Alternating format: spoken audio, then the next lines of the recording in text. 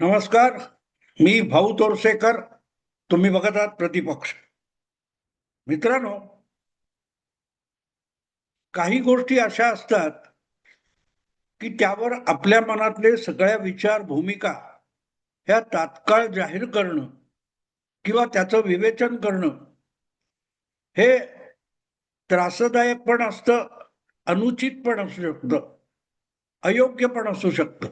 आणि म्हणून त्याविषयी आपल्या मनातल्या ज्या धारणा असतात त्या आपण झाकून ठेवल्या आणि योग्य वेळ आल्यानंतर उघड केल्या तर अधिक बरं होईल. आत्ता मी हा विषय का सांगतोय की गेले काही दिवसामध्ये म्हणजे 2-3 महिने तरी Thackeray brand, Thackeray brand, Thackeray brand, 2 Thackeray बंधू एकत्र आलेत वगैरे वगैरे जो गदारोळ उठलेला आहे त्याबद्दल मी वेळोवेळी माझं मत, माझी भूमिका, माझं आकलन जाहीर केलेलं आहे, व्हिडिओतून सांगितलेलं आहे आणि ते तिथेच राहणार आहे, कुठे जात नाही. आणि आता जर तो ठाकरे ब्रँड आहे असं जे म्हटलं जातं, जे मला मान्य नाही त्यावर मी माझं मत व्यक्त केलेलं आहे. ते नव्याने आता मतदानाच्या तोंडावर जाहीर करण्याची गरज नाही. खरोखर ठाकरे ब्रँड किती आहे याची शहानिशा ही आपल्याला 16 जानेवारीला म्हणजे मुंबई महापालिका आणि राज्यातल्या सगळ्या 29 महापालिकांचं मतदान होऊन मतमोजणी होऊन जे निकाल समोर येतील तेव्हा ठाकरे ब्रँड हा आजपर्यंत किती होता, किती चालला आणि अजून किती चालू शकतो याचं सरळ सरळ उत्तर मिळणार आहे. त्यामुळे अगदी त्याच्यावर आता मी माझं परत मतप्रदर्शन करण्याची गरज नाही. ज्यांना हौस असेल त्यांनी गेल्या 2-3 महिन्यात ठाकरे ब्रँड विषयी जे काय माझ्या मनात होतं ते मी सांगून झालेलं, त्यात नवीन काही नाही, काही नाहीये. आणि त्यामुळे उगाच त्यात हस्तक्षेप करणं मला योग्य वाटत नाही. बाकीच्यांना जेवढं बागडायचं ते बागडू देत. कारण असं म्हणतात ना आपल्याकडे की काकणाला, हातातल्या काकणाला आरसा कशाला. याचं कारण हातात जर तुमच्या काय बांगड्या किंवा कांकणं ती भरलेली असतात ती अगदी आरशात बघायची गरज नसते. साऱ्या डोळ्यांनी हाताकडे बघून देखील ती बरोबर आहेत की चुकीची आहेत किंवा चांगली आहेत, छान आहेत हे कळू शकतं. ती आरशात बघायची गरज नसते. तसं ज्या गोष्टी समोर असतात, ज्या बघायच्या नसतात त्यांना ते समजावणं शक्य नसतं. आणि म्हणून जे काय 24 तारीखला ठाकरे बंधू एकत्र आले आणि त्यानंतर 2 ठाकरे बंधूंच्या 2 पक्षांच्या युतीने निवडणुका लढवण्याची घोषणा झालेली आहे. त्यामध्ये ठाकरे ब्रँडचा किती प्रभाव पडेल याविषयी मी आत्ता भाष्य करणार नाही. अगदी 15 जूनला माझ्या अंदाजाने मतदान संपल्यानंतर एक्झिट पोल येतील आणि मतदान संपलेलं असेल त्यानंतर मी नक्की बोलीन. अगदी 16ला मतमोजणी होईपर्यंत थांबणार नाही. कदाचित एक दिवस आधी मी परत एकदा ठाकरे ब्रँड बद्दल बोलेन, पण आत्ता बोलणार नाही. कारण आत्ता बोलणं याचा अर्थ एक प्रकारे बाजूने किंवा विरोधात प्रचार केल्यासारखं होईल आणि ते मला योग्य वाटत नाही. जे काय असेल ते इतके दिवस बोललोय आणि ते जे काय बोललोय त्यामध्ये माझ्या धारणेमध्ये किंचितही फरक नसेल तर त्याचा पुनरावृत्ती किंवा पुनरुक्ती करण्याची गरज नाही. पण या सगळ्या निवडणुकीला हळूहळू आता वेग येतोय. सगळ्यात महत्वाची घटना अशी आहे की दीर्घकाळ लांबलेल्या आणि दीर्घकाळ प्रतीक्षा केलेल्या या महापालिका निवडणुका होऊ घातल्या असताना त्यावर जे लोक गदारोळ माजवत होते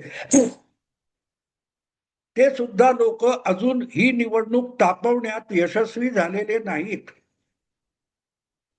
कधी होणार, कधी होणार. मला आठवतं दिल्लीच्या महापालिका निवडणुका लांबल्या होत्या आणि त्यामध्ये काहीतरी कायदेशीर बदल केला होता.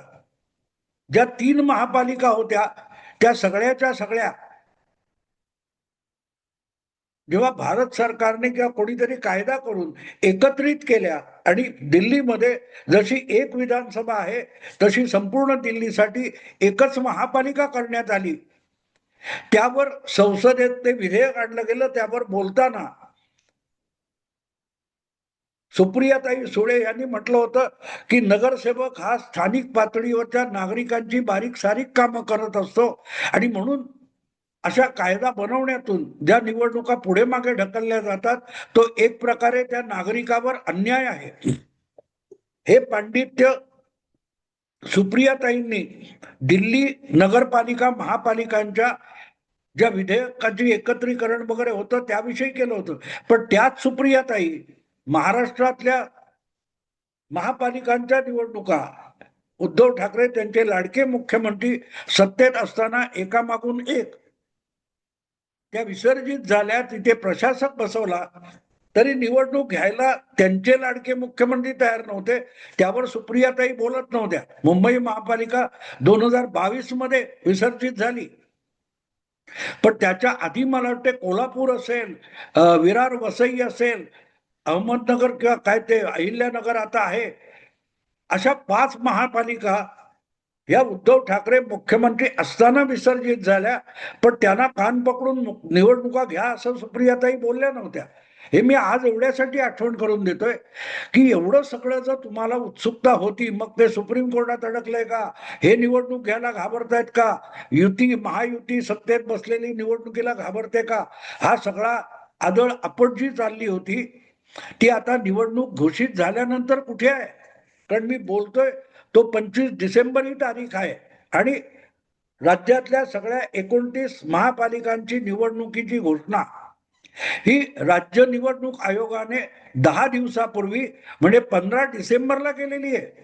15 डिसेंबर पासून गेल्या 10 दिवसामध्ये कुठचाही राजकीय पक्ष भले आपली आपली तयारी करत असेल, पण निवडणुकीचं वातावरण तापवण्यात कुठल्याही पक्षाला यश मिळालेलं नाही.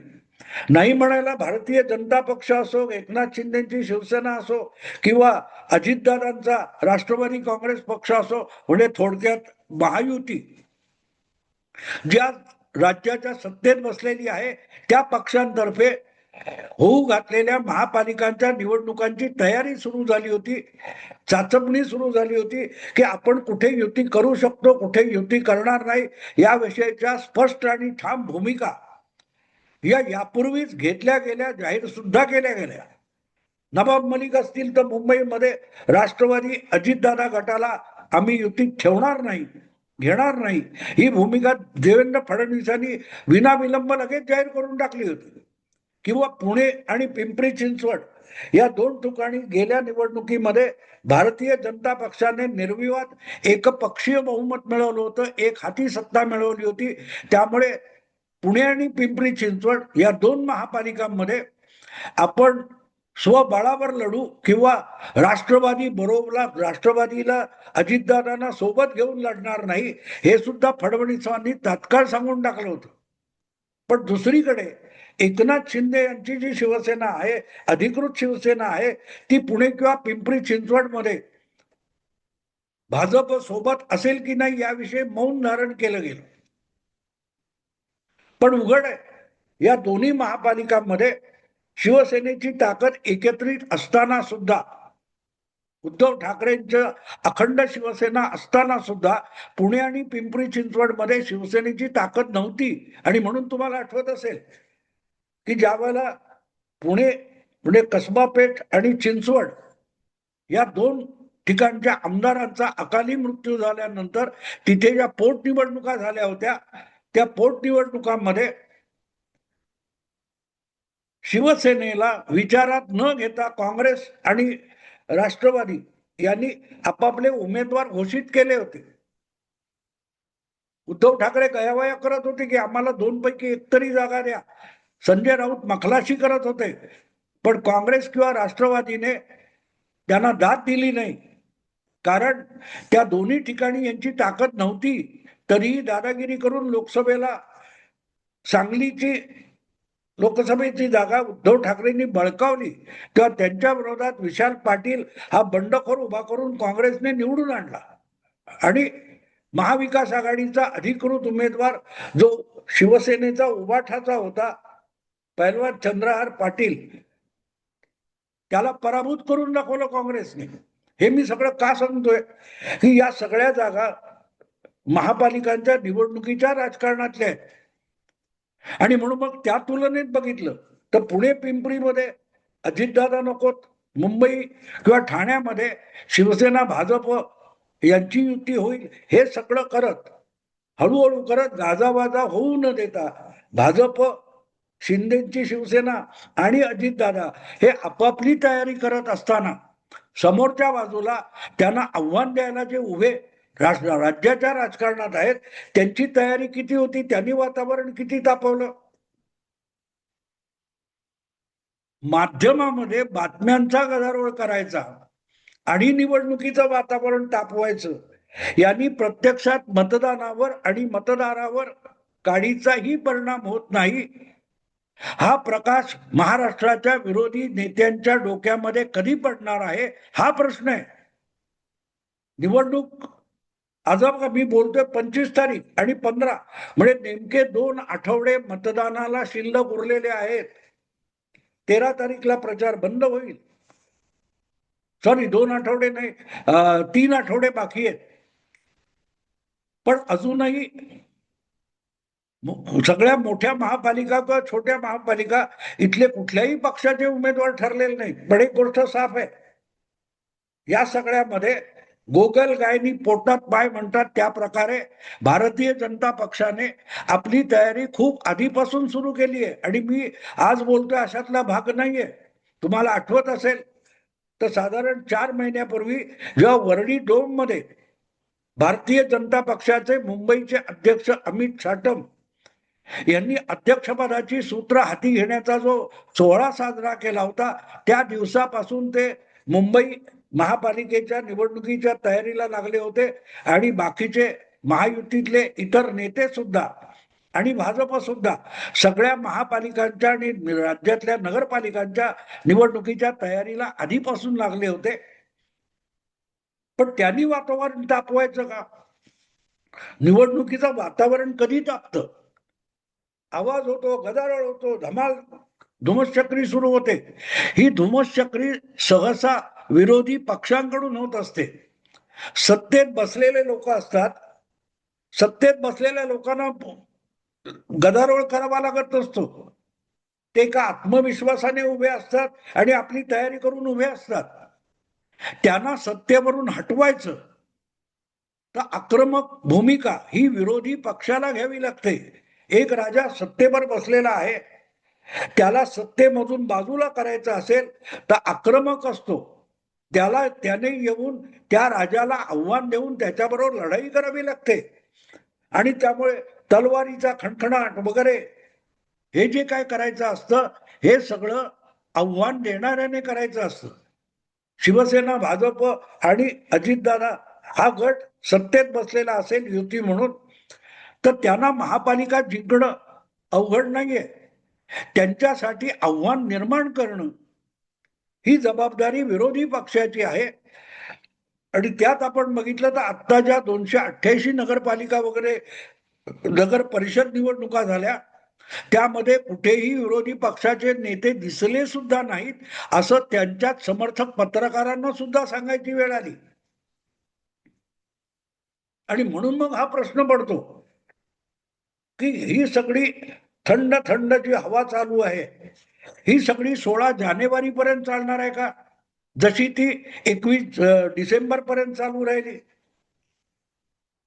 2 डिसेंबरला बहुतांशी 200हून अधिक नगरपालिका नगर परिषदांमध्ये मतदान झालं. काहींचं लांबलं म्हणून ते 20 डिसेंबरला झालं. पण या सगळ्या गडबडीमध्ये जे काय धक्काबुक्की ओरडा आरडा चालू होता हा युतीतल्या 2-3 पक्षांमधले एकमेकाच्या मारामारीचा होता. निलेश राणे विरुद्ध नितीश राणे, सख्खे भाऊ एकमेकाच्या विरुद्ध दंड थोपटत उभे होते. कुठे भाजप विरुद्ध एकनाथ शिंदे यांची शिवसेना, कुठे अजितदादांचा पक्ष विरुद्ध भाजप किंवा एकनाथ शिंदेची शिवसेना, यांच्यातच खडाखडी आणि खणाखणी चालू होती. पण शरद पवार गट, उभाठा शिवसेना किंवा काँग्रेस यांनी सत्तेतल्या या 3 पक्षांसाठी नगर परिषदांच्या निवडणुकीत आव्हान उभं केलं, वातावरण तापवलं, असं दिसलं सुद्धा नाही. आणि मग निकालही तसे झाले. विरोधातल्या तीनही पक्षांचा सुपडा साफ झाला 288 नगरपालिका नगर परिषदांच्या निवडणुकांमध्ये. कारण पहिला दुसरा तिसरा या तिन्ही क्रमांकावर निकाल लागले. त्या तिन्ही क्रमांकावर 130 पेक्षा अधिक जागा भाजप जिंकला, 50 काय 57-52 एकनाथ शिंदे जिंकले, 40-42 जागा काय त्या अजितदादा जिंकले. हे तिन्ही लोक राज्याच्या सत्तेत एकत्रित बसलेले पक्ष आहेत, एकजुटीने बसलेले पक्ष आहेत. स्थानिक निवडणुकात एकमेकांच्या विरुद्ध भांडले, पण परत इतक्या जवळजवळ 80% नगर परिषदांमध्ये तेच सत्तेत आले, अगदी एकमेकांशी भांडून आले. आणि आता तितकंच थंड वातावरण अवघे 3 आठवडे राहिले असताना या 29 महापालिकांच्या निवडणुकीमध्ये दिसतंय. आणि म्हणून मग याच्यावर बोलायचं काय, फुगा फुगवायचा असतो, पण तो फुगा फुटेपर्यंत पण फुगवायचा नसतो. कारण जे लोक फुगवतात त्यांच्या तोंडावरच तो फुगा फुटतो, हे पण विसरू नका. एका मर्यादेच्या पलीकडे जाऊ, किंवा ठाकरे ब्रँड असेल, पवार ब्रँड असेल, हे सगळं घेऊन, किंवा महाविकास आघाडी हा फुगा असेल, तो फुगवत सुटलेले जे जे कोणी महाभाग आहेत त्यांनी एक लक्षात ठेवावं की 16 जानेवारीला मतमोजणीचे निकाल येतील तेव्हा काय होईल याचा विचार करा. जे आता 21 डिसेंबरला झालं ते निकाल सांगताना अनेक चॅनेलवरच्या किंवा अनेक युट्यूब मधल्या पत्रकारांचे चेहरे पडलेले होते. कारण बिचारे ते लोक महाविकास आघाडीच्या वतीने हा किल्ला लढवत होते, पण ज्या पक्षांसाठी ते बॅटिंग करत होते ते पक्ष मैदानातच उतरत नव्हते. तेव्हा मुद्दा असा आहे की ठाकरे ब्रँडचा गाजावाजा आणखीन काही दिवस माध्यमामध्ये होईल, पण तो ब्रँड खरा ठरण्यासाठी त्याची क्षमता आणि क्वालिटी ही मतदारापर्यंत पोहोचली पाहिजे. नाही तर मतदान होईल, मतदान होणार आहे, पण ते मतदान तुम्हाला होण्याची काही गॅरंटी नाही. कालच तक्रार झाली ना, एवढी गाजलेली, इतके दिवस प्रतीक्षा असलेली आणि लोक उतावळे झालेले असताना युतीची पत्र काय ती घोषणा करण्यासाठी वाजत गाजत पत्रकार परिषद झाली आणि 12 मिनिटात पत्रकार परिषद संपली. हा जो ढिलाईचा किंवा थंडपणाचा प्रतिसाद महाविकास आघाडीच्या पक्षांकडून, त्यांच्या आपसातली भांडणं वगैरे बाजूला ठेवा, मी आत्ता त्याच्यावर बोलणार नाहीये की काँग्रेसला मुंबईत शिवसेना सोबत नकोय किंवा आणखीन कुठे राष्ट्रवादी काँग्रेसला आपल्या बरोबर नकोय, हे सगळं बाजूला ठेवा. पण जिथे जिथे तुमची ताकद आहे तिथे तरी आवाज निर्माण करा, गदारोळ निर्माण करा, की मतदाराला वाटू दे की शरद पवारांचा पक्ष निवडणुकीच्या रिंगणात उतरलेला आहे, काँग्रेस पक्ष निवडणुकीच्या अंगणात आहे, उभाठा शिवसेना ही निवडणुकीच्या आखाड्यात उतरलेली आहे, असं सामान्य जनतेला, मतदाराला वाटलं पाहिजे. आणि ते जेव्हा तुमचे नेते कार्यकर्ते इच्छुक वगैरे रस्त्यावर उतरतील, फिरताना दिसतील, तेव्हा होणार आहे. आज बिचारे वेगवेगळे युट्यूबर्स किंवा कुठच्या चॅनेलचे पत्रकार भिकाऱ्यासारखे वाडगा घेऊन फिरावं तसं माईक आणि कॅमेरा घेऊन रस्ती फिरतायत आणि मतदाराची मतं विचारतायत.